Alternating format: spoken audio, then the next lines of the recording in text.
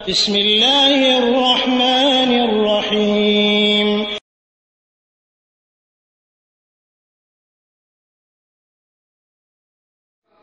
ওয়ালাইকুম আসসালাম রহমতুল্লাহি ওয়া বারাকাতুহু। ভাই বলেছেন আপনি মা বাবার পা ধরে সালাম দেওয়া ঠিক কিনা, জায়েজ কিনা?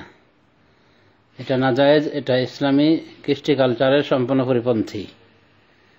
রাসূলুল্লাহ সাল্লাল্লাহু আলাইহি ওয়াসাল্লাম এই মর্মে কোনো সহিহ হাদিস আমাদেরকে নির্দেশনা করেননি যে আমরা এভাবে পিতামাতাকে সালাম দেওয়ার সময় পা ছুঁয়ে সালাম দেব।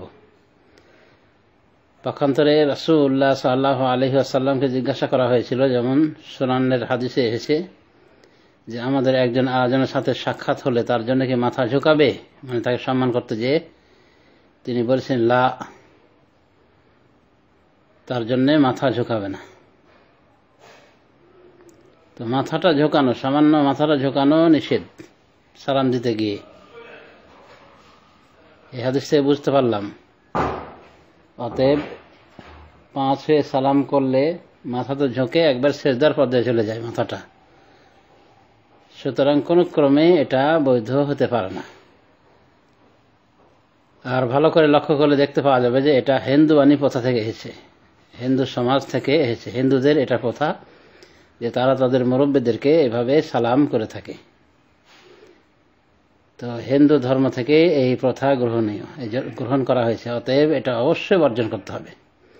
রাসূলুল্লাহ সাল্লাল্লাহু আলাইহি ওয়াসাল্লাম বলেন, মান তাশাব্বাহা বিকওমিন ফাহুয়া মিনহুম, যে জাতির সাদৃশ্যতা অবলম্বন করবে সে তাদের বলে অন্তর্ভুক্ত হবে, সে তাদের অন্তর্ভুক্ত বলে গণ্য হবে।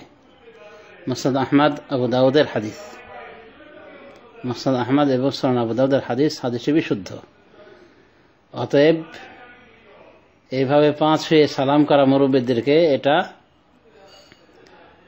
হিন্দুদের তরিকা, হিন্দুয়ানি প্রথা, তাই অবশ্যই পরিত্যাজ্য। ইসলাম সম্মত প্রথা হলো যে সালামের পর মুসাফা হবে,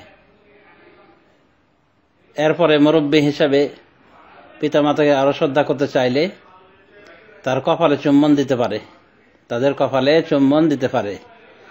চুম্বন দেওয়া রাসূলুল্লাহ সাল্লাল্লাহু আলাইহি ওয়াসাল্লামের কিছু হাদিস এবং সালাফে সালেহিন আমল থেকে প্রমাণিত। সালাফে সালেহিনের কেউ কেউ এভাবে কপালে চুম্বন করেছেন। সাহাবায়ে কেরাম তাদের কেউ কেউ এভাবে চুম্বন করে সম্মান করেছেন। অতএব সম্মানের জন্য কপালে চুম্বন করা জায়েজ রয়েছে। তাই ইচ্ছা করলে সন্তান সন্ততি পিতামাতাকে আর একটু শ্রদ্ধা জানাতে গিয়ে তাদের কপালে চুম্বন করতে পারে, অর্থাৎ সালাম, মুসাফাহা, কপালে চুম্বন বা হাতে চুম্বন এতটুকু করতে পারে। এভাবে যারা মাহরাম, যার সাথে বিবাহ আজীবন নিষিদ্ধ, তাদেরকে এভাবে সম্মান জানাতে পারে, তাতে ইসলামে কোনো সমস্যা নেই, ইসলামী শরীয়তের কোনো বাধা নিষেধ নেই। সুতরাং ইসলামী কৃষ্টি কালচারের মাঝে আমাদের সীমাবদ্ধ থাকা উচিত এবং এ জাতীয় হিন্দুয়ানি প্রথা, অর্থাৎ কদমবুসি করা, মুরব্বীদের সালাম দেয়া এভাবে মাথা নিচু করে, যেটা হিন্দুদের কৃষ্টি কালচারের নামান্তর এবং যার মধ্যে শিরকের বহিঃপ্রকাশ ঘটে থাকে, এ জাতীয় পন্থা, এ জাতীয় বিজাতীয় পন্থা পরিত্যাগ করা উচিত।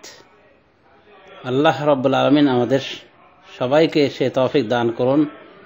আমিন। ওয়া সাল্লাল্লাহু আলা নবিয়িনা মুহাম্মদ ওয়া আলা আলিহি ওয়া সাহবিহি।